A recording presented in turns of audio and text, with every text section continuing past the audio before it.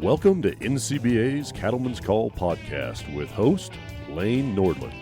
Hello, everyone, and welcome back to the Cattlemen's Call podcast. Lane Nordland, happy to be with you here today in 2024. It's our first show of the new year, and we are getting ready for CattleCon 2024. Our main guest today is going to be Colin Woodall, CEO of the National Cattlemen's Beef Association. We will be discussing what went on in 2023, some of those achievements that were gained for cattlemen and women, but also what's in store for 2024. But before we are joined by Colin Woodall, we are catching up with our friend, Mr. Lance Zimmerman. He is with Rabo AgriFinance and their Rabo Research Group. And Lance, as we get ready for CattleCon 24, how are things going for you here today? Pretty good. As we get started in 2024, kind of the first full week of the year, we're seeing some snowfall, which is going to be welcome news for our cattle producers. Maybe not as good a news for our cattle feeding friends out there across the country, but I think even they understand it's probably some short-term pain for some long-term gain if we can get producers optimistic about precipitation and maybe get some of these pastures healed up as we go from winter into spring. No, very much so. I know we are expecting to get 15, 20 below here in the next few days up in the northern plains, and we need the moisture, and we've had an open winter. So that is good in regards to not having to feed as much hay, but at least we have it stockpiled at this point to help those cows out in the countryside. But Lance, let's just talk more about your role with Rabobank and especially Rabo Research. I know in ag media, I utilize Rabo's research and informative information so much to share with the farmers and ranchers out in the countryside. But let's talk more about Rabo Research and truly what they provide specifically cattle producers. Yeah, absolutely. My role within that team is to serve North American cattle and beef producers, really from the farm and ranch level all the way to the consumer end user, in understanding what's going on in our industry, really providing that service to anybody in the cattle producing, the feeding, the processing space to really have a firm handle of what's going on in the marketplace. And what's neat about Rabo AgriFinance is we recognize as a bank that providing those services, not just to our clients, but to the industry at large, adds value. It adds value to what we do as a bank. It adds value to our industry participants. And so the Rabo Research Food and Agribusiness team in North America, it spans a global network of 75 analysts throughout the world, whether it's in the beef and cattle space, pork and poultry, grain and oil seeds, consumer packaging, food and beverage, even just greater economic insights and understandings. And so it's a fantastic team that really has a lot of both depth within each sector, as in my case, cattle and beef, but also breadth across the entire sector space. And it's really, as I look at it, the one thing I tell folks is it's almost like we're the Avengers out there serving cattle and beef producers and helping them better understand the marketplace that exists, but also the bigger picture trends that they need to keep on mind as they think ahead and how they want to build out and grow their operations in the future. Well, you mentioned the Avengers. I'm almost thinking like a record label deal almost. You have an album drop coming up or a report coming out, a report dropping here soon. And, we're here in the new year. Folks are anxious. We saw such great prices, especially for cow-calf producers throughout 2023. Weather's a big issue right now. There's a lot of uncertainty. So I guess what is this? Could we maybe just get a quick preview, a taste of what that report is going to look like and what folks could maybe really expect once it does come out? Yeah, absolutely, Lane. You mentioned a lot of the key, pressure points that are on every producer's mind right now. We've had really volatile prices. When you just look at the price highs we saw in September to the lows we saw in December, that was worth $300 to $500 a head, depending on what market you were looking at and the price decline we went through. We all loved it at the highs, but we hated it as we carved out these recent lows. Lots of volatility in the markets. We've obviously been no stranger to weather volatility over the last 5 years. And then the boom and bust nature of the build outs that we've been a part of, right? As we looked at the cow herd lows in 2014 and 2015, everybody had a mindset that we never want to revisit those lows again. But here we are looking at January 1, 2024 cow herd numbers, and they're going to be even lower than where we were in those 14, 15 lows. We saw packing capacity deteriorate into those prior cycle lows. We're trying to rebuild that now as an industry, but we also know that we have a lot of concern out there as to can we keep all these new entrants in the processing space active and engaged so that by the time we rebuild the herd, there's plenty of hook space for us as cattle producers. And so as I look at all those different interacting factors, the biggest focus of this research paper is as we look ahead to this next rebuild, this next phase of the cattle cycle, how can we build some resiliency in our industry so that we can weather those volatile moments in the markets, that we can better work our way through the volatile climate patterns that continue to affect our day-to-day business, and we can work together segment by segment. In the cattle industry, we pride ourselves on our independence, whether it's the cow-calf producer, the feed yard, the packer, the retailer. We don't want to lose that. That's a very much so a part of the fabric that makes up the U.S. beef industry. But we also recognize that we probably need to do a better job of coordinating among ourselves so that we don't have some of these heartburn moments that we certainly had more often than we all would have liked during the prior 10 years in the cattle cycle that we're coming out of. Now, when our producers and friends attend Cattle Convention 2024, again, those dates for our friends that haven't registered, there's still time, January 31st through February 2nd, 2024. Not only can they stop by the Rabo booth and talk with you and other experts in your field, but there's also some opportunities, Lance, through Cattlemen's colleges and the Learning Lounge as well. I guess, can you give us a preview of what attendees, if they make it to those sessions, what they can walk away with and maybe what the theme of those are going to be? Yeah, if they're interested in that research paper that we just talked about, that's going to be the topic in my Learning Lounge session during the NCBA trade show times. So definitely seek out their schedule, find that time on their calendar, set it aside, and come attend that. They can not only hear a little bit more intimately about some of the details in that paper, but we can also have some good discussion afterwards. And so definitely seek that out during the Learning Lounge time. And then we're going to go into a deep discussion during Cattlemen's College on this whole idea of sustainability. And I know it's an area that has mixed reviews, whether when you talk to a producer audience. Many see opportunity, others see some reasons for concern. And I think that those reasons for concern are very valid as we look ahead and say, how do we navigate this? We see government entities passing more and more regulation. We see more food companies making science-based target initiatives that as a producing segment sometimes doesn't make a lot of sense to us. And so what I really want to focus on in that Cattlemen's College discussion is how do we put one foot in front of the other, that we don't jump in with both feet, charging down a path that may not be the best for us, but instead, how do we look at these initiatives that are being set forth and make very measured steps of improvement in our operations that when we think about sustainability in its core definition, it's not doing anything differently than we've done before. It's just doing it in a way that's more measured. It's doing it in a way that's more transparent, and it's doing it in a way that, quite frankly, we want to get rewarded for as a beef producing segment throughout the supply chain. And so how can we work together to make that happen? Now, Lance, for our friends that are tuning in right now, of course, we encourage them to join us at Cattle Convention there in Orlando, but where can they find more of the reports and research and all the educational material that you and your team produce? Oh, fantastic question. I always tell folks, regardless of where they're at, they can always grab their phone, their computer, their tablet, and whatever search engine they use, just type in Rabo Research, Food and Agribusiness. That'll take them right to our landing page where they can get research on the cattle and beef segment, grain and oilseed, farm inputs, the other competing proteins, and be able to access all of the information our research team has to offer. Well, again, Lance Zimmerman with Rabo AgriFinance and the Rabo Research F&A Group. Lance, we appreciate you joining us here today. Any last items you'd just like to share with us before we catch up with Colin Woodall? Hey, I would just say we talked about the weather that's around us. We got some moisture falling. That's probably on everybody's Christmas wish list as we wrapped up 2023. So let's hope we continue to see good precipitation through the rest of this year and then get those higher market prices so that we can all be prosperous in the new year.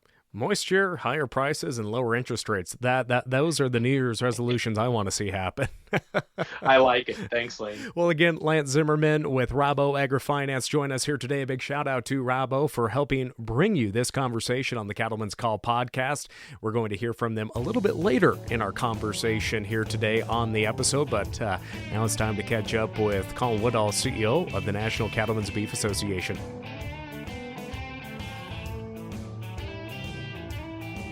Well, as we come back to the Cattlemen's Call podcast, the first show of 2024, that's going to it's going to take some time getting used to saying 2024, but here we are in the new year, and of course, a big thank you to our friends at Rabobank for that very enlightening and educational piece here at the start of our episode here once again. And as promised, we are joined today by CEO of the National Cattlemen's Beef Association, Mr. Colin Woodall. Colin, how's the new year for you going today? Well, so far it's off to a fast start. We're heading towards CattleCon in Orlando, trying to put all the final details together for that, and also looking at how quickly Congress gets back into session and the long list of things that they have ahead of them. And then, of course, like everybody in the country, just looking at what the prices are going to do this year. What is the long-term prognosis for 2024, and how's it going to impact all of us?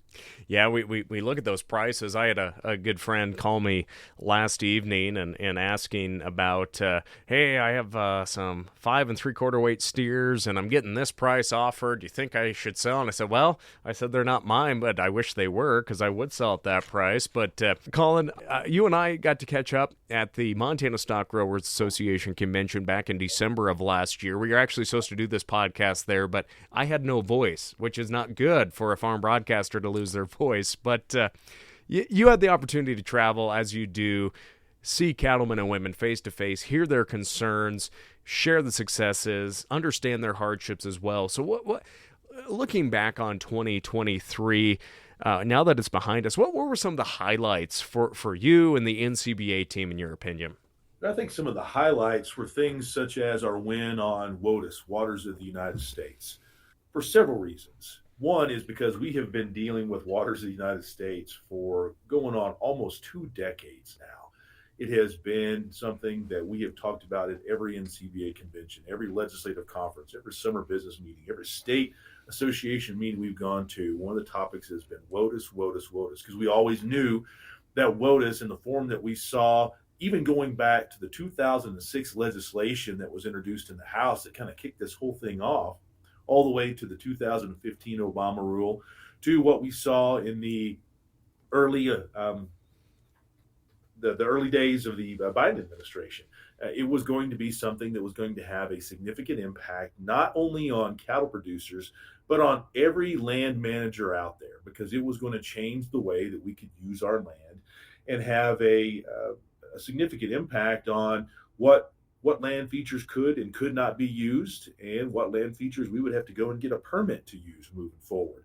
So we always knew it was going to be a game changer, and that's why we spent so much time and so much effort and so much money fighting the Waters of the United States proposal. Last summer, we had a great decision by the Supreme Court, a 9-0 decision, which is extremely rare in the Supreme Court these days, to strike down the use of the significant nexus test, which has always been the biggest concern that we have had about waters in the United States. Basically, what it means is if a drop of water that falls here in Colorado, for example, or in Montana, where you're at, Lane, ultimately could end up in the Gulf of Mexico, it could be considered a water in the United States. And that feature you would have to go and get a permit to use if you were a rancher or a farmer or a golf course operator or whoever it may be. So that was just not realistic.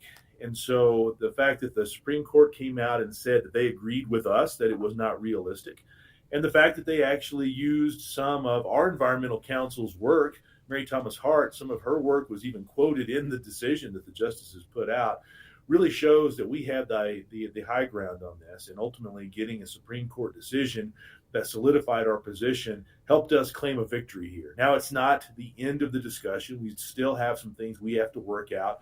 For example, where do ephemeral features that cross state lines ultimately come into the overall scheme of being regulated? So we still have some work to do, but overall, we had a huge victory on being able to push back on the EPA and the U.S. Army Corps of Engineers.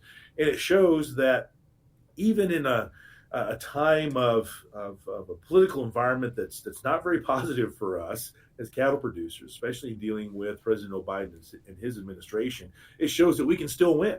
And the whole reason we can win is because we have a team in Washington, D.C. that's there every single day, building relationships, talking to members of Congress, talking to the administration. Because even though we've had some challenges with the president and his administration, we still have access to the administration. We're still talking to them. I think that says a lot about our effectiveness in Washington, D.C. And staying on that waters of the U.S. Topic, Colin, obviously when that rule was handed down by the High Court, there was not the 2015 Obama rule in effect, but the Biden 2023 rule. And there was some frustration that they didn't really pull that back right away. We still had to go through some court proceedings and trying to figure out what exactly that Biden rule would look like. So as it stands now, what does that Biden rule, that waters of the U.S. rule that President Biden pushed forward, even though they knew the Supreme Court was going to be ruling on WOTUS as a whole, I guess, where does that stand now? And what is some of that? I know you mentioned that NCBA is still working on some of these issues, but where does it stand as of our conversation today? So EPA and the Corps of Engineers, they did heed the ruling from the Supreme Court, and they changed up that rule. And they were able to pull out that significant nexus test. Again, that significant nexus test being the biggest concern that we had with waters of the United States. So the rule that's in place now, as I said, is not perfect, but it is a dramatic, and I mean dramatic, improvement over not only the 2023 Biden rule, but also the 2015 Obama rule, and every iteration of this we have seen outside of what we had with President Trump. Because remember, President Trump came in and put in what we felt was probably the best opportunity to protect our private property rights and also protect water quality. But given the administration we have today, we think that we are in a much better space. As I said, we're still not done yet. We are still a part of numerous lawsuits in different states, and we still have some questions on things such as if you have an ephemeral feature like a seasonal stream that crosses state lines, and it's all part of your property. We still have some things that we need to figure out in regards to those type of features. So the work's not done yet, but overall we can go out and claim that we have made some significant improvements over waters in the United States. And so far, the EPA and the Corps of Engineers have heeded the work and the direction provided by the Supreme Court. Well, and again, a great win for the cattle industry, and a lot of work went into to defending cattle producers' rights for many years in that big debacle, as we can call it. But hopefully that obviously that navigable waters aspect of it crucial being removed. And but going from WOTUS, Colin, to cattle prices, owning cattle myself and seeing what prices have been, what drought has been like in 2021 and 22. I wish I had a few more head than I have currently, just because of drought and the reduction that so many of us had to make in our cattle herds. But the moods were definitely a lot better at meetings this year in terms of folks getting good prices, and we know that's just supply and demand there. But folks were actually making some money this year on calves, and I guess as we saw those strong prices. What are some of the things that we're going to be looking at in 2024 in terms of cattle prices, or maybe some issues that may arise? We're not out of the drought yet, let me be clear, but it was nice selling. I sold some cull cows the other day for a price that blew my socks off, and so I wish I could get that for cull cows all the time, Colin. Lane, it's a bit of a mixed bag, though, because I think your experience is one that a lot of producers are seeing right now, and no doubt that has put some smiles on faces. And we have seen that throughout the different state meetings that we have gone to, especially talking to cow-calf producers. A lot more optimism in the industry than we have seen in quite some time, not only for what we saw in 2023, but going into 2024, because as you noted, this drought is not over. And even though we had an El Nino that came in, it did not deliver the moisture that El Ninos typically do. And that has been weighing hard on a lot of people because we had hoped to have a little relief by this point in the year, and we just don't. So we know that herd liquidation is still probably going to continue until we get a change in that weather pattern. And as long as we are liquidating cattle, we know that is going to provide some positive market opportunities for cow-calf producers. But we also have to go back and look at what we saw at the end of 2023. You look at that roller coaster ride that we had with cattle markets, those cattle on feed reports that were coming out that showed we had more on feed than a lot of the analysts had originally expected us to. There was a lot of panic, especially among our feeder members, looking at markets that we just weren't expecting, and a lot of people had a hard time there in those last about 6 to 10 weeks of 2023. Now it looks like that overall volatility has started to die down a little bit, and at least we're starting the new year kind of on a solid front. But there's still just so much uncertainty out there on what's going to happen. Uncertainty in the market, uncertainty on just the bigger global issues that we're talking about. And I think that's one thing that we don't always factor into our analysis of cattle markets. We always like to talk about weather. We always like to talk about demand. We like to talk about what's in our bubble, but we have to understand that markets are also impacted by outside forces. And those outside forces include, continued unrest in the Middle East with Hamas and Israel. The 2024 presidential election season that is now fully on, and while we've probably already grown tired with it, it's really now just starting to catch a gear, especially as we head towards the Iowa caucuses. So there's just so much uncertainty out there, and we have to remember that has an impact on prices. So I just ask everybody to keep that in mind as you go through and you read the news stories. Realize that all those news stories impact us as well, even though they may not have a direct connection to cattle production and beef production. But the one thing that we have to keep in mind is that with all of that uncertainty and with all those factors I just talked about, the consumer still likes our product. And with the prices we're seeing charged for beef at the grocery store, the consumer is still going in and saying, I want beef. I want beef. I'm not willing to give up my beef for an alternative protein. An alternative protein for us is everything from pork to fake meat. And we're seeing the consumers stick with us because they like what we have done with the quality of our beef. They like the taste. They like the eating experience. And that is something I think all of us should take a moment and just kind of pat ourselves on the back for the great work we have done to make sure that product and the quality of that product is what's keeping that consumer coming back time and time again. Well, Colin, I'm glad you brought up fake meat, and I also want to bring up the death tax. But first, we need to take a quick commercial break and thank our friends at Rabo Bank. But we'll be back with Colin Woodall, CEO of the National Cattlemen's Beef Association, right after these words. We are just weeks away from CattleCon 2024, and you can hear more from Lance Zimmerman, Senior Beef Analyst from Rabo Bank, at the Learning Lounge as he digs into the U.S. beef industry's ability to create solutions for a more resilient and efficient supply chain. Or catch Lance at the Cattlemen's College as he discusses creating a blueprint built to last for sustainable beef production. The Rabo AgriFinance team are proud allied industry council members of NCBA and choice sponsors of CattleCon, and we look forward to seeing you in Orlando soon. Again, a big thank you to our friends at Rabo Bank for sponsoring today's podcast and for joining us here at the beginning of our conversation as well on the Cattlemen's Call. And answering the Cattlemen's Call today is Colin Woodall, CEO of the National Cattlemen's Beef Association. Again, this is our first episode of 2023, and Colin, we are talking about cattle prices, waters of the U.S. here at the beginning of our conversation, and you mentioned fake meat. Now, you and I have had a lot of conversations over the years about fake meat, whether that be alternative protein, say, made from chickpeas and other agricultural products, or lab grown. I call it Petri dish protein, PDPs. That's what I've been calling it. I want to get my acronym right there, but that Petri dish protein.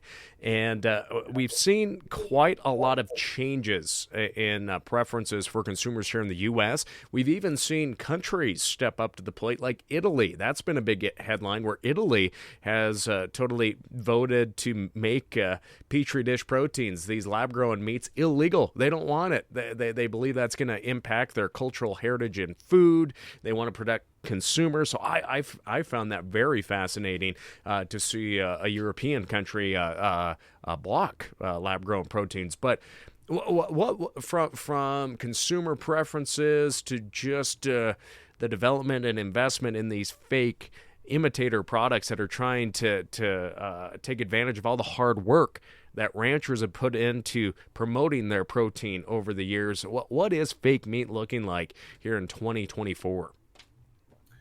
I think we have to go back and look at where we were at this point in time in 2020.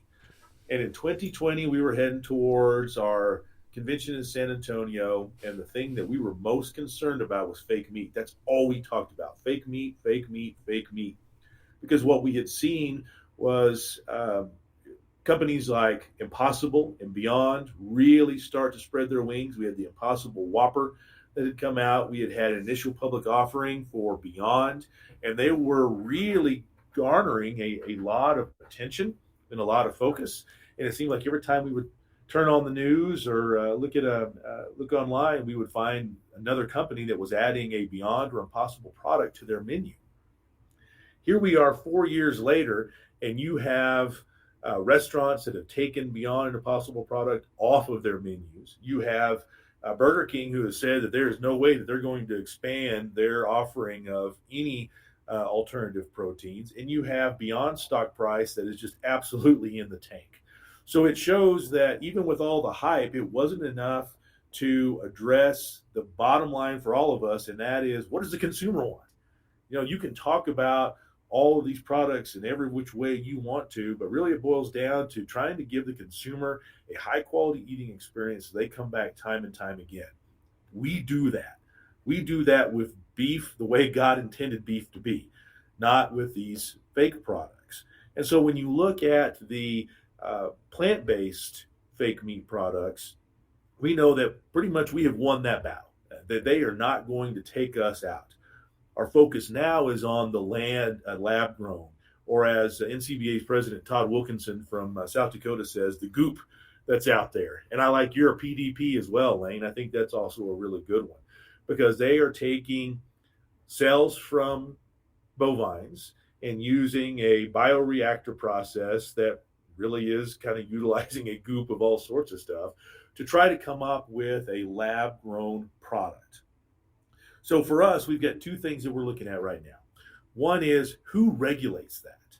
And earlier in, last year, I guess, we are in 2024 now. I'm kind of like you. It's taken a while to get used to that. But back in 2023, we saw the United States Department of Agriculture provide a certificate of inspection for a company that was going to sell a lab-grown chicken product. And they're selling that today. It's out in the marketplace. There are some restaurants that are serving that. One restaurant in particular is in Washington, D.C., not too far from our office there in Washington, D.C. And there were a lot of people that came out in arms and said, why did this happen? How could USDA do this? But we have to stop and think about what these companies wanted. These companies did not want USDA inspection. These companies wanted to be FDA inspected. Because if you're FDA inspected, you have a risk-based model of inspection. So that means that you might have an FDA inspection every day. You might have one every week, every month, every 6 months, every year, depending upon how the FDA classifies the risk associated with your product. For us, we have to be inspected every single day that packing plants are open. And we felt that if they're using cells from live cattle, they're going to be subject at some point in time, subject to the exact same vectors and issues that we are as live animal producers. And so the people that have the expertise there are USDA. So while I know a lot of people were upset that USDA granted that certificate of inspection, for us, that was a win, because we needed to make sure that USDA was in the loop in inspecting these companies. So that was our first win. The second thing we're working on right now is we need to make sure that these products are very clearly defined and very clearly labeled for the consumer. We don't have any beef products that are grown in the lab that are ready for commercial sale quite yet, but that gives us some time to be able to get this done, to get some restrictions put in place, so that way it's very clear once they are ready for retail sale that the consumer knows what they are or are not buying. And that's our focus right now. Well, again, important work going on in Washington, D.C. and across the nation. But thanks for sharing a recap on that. It's hard to believe that 2020 was now 4 years ago. It was amazing how fast the world changed after that convention in 2020 down in San Antonio there. But, Colin, you mentioned, obviously, we have the elections coming up. It is 2024. Things are just starting to heat up in that regard. And a big conversation that I've seen at multiple agricultural meetings at the end of 2023 was, of course, conversations of keeping family ranchers sustainable out in the countryside, environmentally, profitable sustainability as well, but also being able to pass on that family farmer ranch, and estate tax or death tax, as it's been coined, a very big discussion as of late, because it's just interesting to see people's take on it. Just a side note, I shared a Instagram reel. That's the term I'm looking for today. Having a rancher discuss the importance of making sure that tax codes and law are beneficial to keeping family farmers in business. And there was a CPA commenting like, "Oh, you have the estate tax is perfect for you now. It has up to $26-30 million for people to pass things on." But yes, that's the tax code today.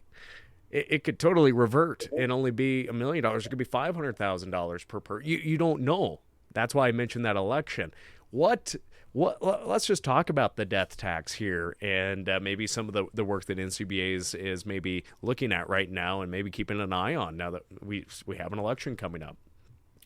So NCBA's engagement in fighting the death tax goes back almost 40 years now. And in fact, NCBA was one of the groups that formed the Family Business Estate Tax Coalition. And this is a coalition of not only other agriculture organizations, but also small businesses, chambers of commerce, and others that have members that have been directly impacted by the death tax. And it was NCBA with this coalition that coined that term, death tax, when we really started to use that in talking about the unfairness that this brings about as a tax at the time of death, and has a huge impact on the ability of not only cattle producers, but all farmers and all small businesses to be able to pass their assets down to the next generation. And yes, over the years, we have had a tremendous amount of success in either increasing the overall exemption amount that's associated with that, decreasing the tax rate, and doing other things to protect ourselves. That it hasn't been as big a problem. But your point is just right. Every time we've done that, it's only been for about a 10-year span. So we have not been able to get anything done permanently, even under Republican administrations and Republican Congresses. It has been very difficult to get a full repeal. And ultimately, that's what NCBA wants. That's what our policy says. We want to repeal the death tax. But in case we can't, we need to make sure that those exemption levels are high enough that it protects as many cattle producers as possible. And in the last iteration of this, back in 2018, 17-18, we were able to get that done. But again, only for 10 years. So a lot of those exemptions, especially the death tax exemptions, are about to start to expire. So here in 2024, you're going to see more out of NCBA. Last year, we put out a survey to our members trying to get some information on what provisions within the tax code cause them the most heartburn. So we have completed that survey. We're going to start looking at those results as we go into our annual convention in Orlando. We will get our Family Business Estate Tax Coalition back together, get all those groups back together, and start pushing for death tax relief, not only for us, but for all small businesses. So this is going to be a huge priority for NCBA, not only in 2024, but until we get the new tax bill done. And we're going to spend a lot of time making sure that we do everything we can to protect the producers' ability to pass their operation down without having to sell off significant chunks to pay these tax liabilities. Because you had mentioned the point that we could see these exemptions go back down to $1 million. You don't have to have very many acres these days to have assets in excess of $1 million. And if you take everything above those $1 million and you tax it at 45% or potentially more, we've got a disaster on our hands when it comes to being able to keep these family operations together and keep them profitable and keep them working. So that's why this is such a big deal for NCBA. You know, Colin, 2023 is a big year for the Farm Bill. It was a big year, but the Farm Bill did not happen in 2023. Things kind of fell apart for the U.S. Congress there at the last quarter of the year. I guess what is the state of the Farm Bill looking at that now? I mentioned we have an election coming up. Is there a reality in 2024 that we will actually see a Farm Bill? Well, and again, that election I think will play big into trying to get that passed. Boy, I tell you, that is the question that everybody's asking, Lane, is this going to be a 2024 Farm Bill, or is this going to be a 2025 Farm Bill? And sitting here today in early January 2024, I can't tell you. I really can't tell you, because there are just so many variables that are going to impact that decision that we just don't know how they're going to shake out at this point in time. You know, the Farm Bill expired at the end of September, and we now are under a one-year extension. So the current Farm Bill was extended through September 30th of 2024. So they did buy themselves some time. Both the House and Senate Ag committees have had a ton of field hearings. So I think they've had the opportunity to talk to a significant portion of American agriculture to make sure they know what's going on. Now we just need to get them focused and get them to get a bill done. One of the things that was very encouraging is when the new Speaker of the House, Mike Johnson, was elected, he'd actually made a comment that he wanted to have a vote on the Farm Bill by the end of 2023. And while, yes, some people are disappointed that didn't happen, for us at NCBA, we felt that was just a positive sign that the Farm Bill was on his radar. So we do know that he cares about it, that he wants to get something done, and that this will be a part of his plan moving forward in 2024. But right now, we just don't know what that timeline is going to be. So I would be really foolish in my role if I told you when we were going to get a Farm Bill, because right now we just don't know. It's still a priority for us. We know that a lot of the things that we want to see are already in the drafts that are being prepared, things such as our vaccine bank for foot and mouth disease, being able to extend that and maintain the funding, being able to protect voluntary conservation programs such as EQIP, also making sure that we are protecting the research function of not only USDA, but what's being done at our land-grant universities and how we get that out to producers through our cooperative extension programs. All of those are things that we know will be in there. So it's no longer a matter of us trying to fight to get our programs in. They will be there. It's a matter of just getting the Farm Bill done. Well, obviously, Colin, a lot of work left to do there, but of course, NCBA has a strong voice out in D.C. With the team and, of course, with all the members out across the countryside. And a lot of those members, they're going to be heading down south to Florida here very, very soon for CattleCon 2024. From your perspective, what are you looking forward to most at convention coming up there at the last part of January, first weekend of February? You know, for us as staff, the best thing is just being able to talk to the members, to talk to the producers, get to see everybody. We get tied up in a lot of the work that we do on a daily basis, doing the business of NCBA. Every once in a while, it's nice to be able to step back and see our members face to face, get to talk to them, find out what their struggles are, but also see how their engagement directs this association. Because one of the things that I am most proud of, and one of the reasons why I work for this association, is the fact that I don't drive it. My job is to manage. My job is to execute. The members drive this association. The members lead this association, and the members decide what this association is going to work on. That will be on full display when we're in Orlando, as the 7 NCBA policy committees will meet. Those policy committees are made up of cattle producers appointed by their state cattlemen's association to sit in those meetings, to debate the issues, to talk about our needs, to talk about our concerns, and ultimately set policy that we as staff will then execute in Washington, D.C. and beyond. So to see the grassroots engagement, the grassroots leadership, and the grassroots direction actually take place is one of the things that I like most about not only convention, but also our summer business meeting. But of course, convention is also about fun. I mean, we're going to have some great entertainment, some good speakers. It's one of the largest indoor trade shows in agriculture, and it's just a great opportunity for everybody to come to see the latest and greatest of what's happening, to listen to cattle facts, to see what they're going to say about cattle markets throughout 2024, and again, just to see your friends and neighbors and see how everybody's doing. So it's not too late to register.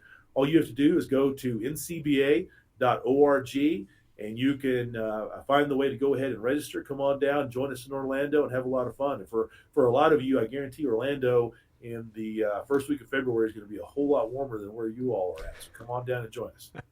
That is true. And, at the NFR, there's Cowboy Christmas, but I call the NCBA trade show Cattlemen's Christmas, because it's truly amazing how much innovation is on that trade show floor. And half the time I'm running around working and doing everything. So I really don't get to walk around the trade show till like the last 3 hours of the last day. So maybe one of these years, Colin, you'll fire me for an afternoon of hosting this, and I can go be a rancher and attend some of the convention there. Just joking. Don't fire me. It pays for my cows. But I love walking around that trade show. There's just so much that a cattle producer can learn about, just making life on the ranch so much easier, so much innovation. Check it out. And of course, there's day rates. And, Colin, a lot of folks, when they hear Florida, it's amazing. When I talk with fellow producers up here in Montana or around our region, they don't think Florida is that big of a livestock state, but they're one of the largest cow-calf states out there, and there's going to be some great tours. And I've been on some outstanding ranches in Florida. I would encourage folks to make their way out if they can, and just see some of the agriculture. It's not just Mickey Mouse and Universal Studios. There's a lot of livestock down there that keeps that land conserved and undeveloped, keeping those ranchers on the land down there. Oh, I think that's probably the biggest message, because you're right. Most Americans don't seem to associate Florida with agriculture, but Florida is extremely important to our overall food security as a country. And we know about a lot of the fruits that are grown down there, a lot of the vegetables that are grown down there. But you're right, livestock production, specifically cattle production, is hugely important to the Florida economy, to the U.S. economy, and to us as a U.S. cattle industry. And so being able to go down and being really kind of right in the middle of that cattle country in Florida is extremely important, to be able to showcase all the great work they are doing down there, because they have some very, very unique challenges that a lot of us in other states don't have to worry about. And you're right, when you look at the overall development and the number of people that are moving into Florida, it's cattle operations that are protecting that land, making sure that we keep green space. And that's part of the overall message of what we do when it comes to sustainability. You mentioned sustainability a little bit earlier, Lane, and sustainability a lot of times is just about, what people perceive to be our impact on the environment, but it's so much more than that. It's about the profitability of the producer, because if we can't keep the producer on the land, then we're not going to be able to protect that land. And that land that in a lot of cases is grazing cattle not too far from Disneyland, all of a sudden becomes another section of Disneyland, then we have definitely failed as a country in realizing just what benefit we as cattle producers bring to protecting that open space, protecting that green space, making sure that we protect our food security, and ultimately protect the way of life that all of us are so passionate about. So that's why I believe these tours will help demonstrate that message and show quite clearly that we are part of the solution. We are not part of the problem.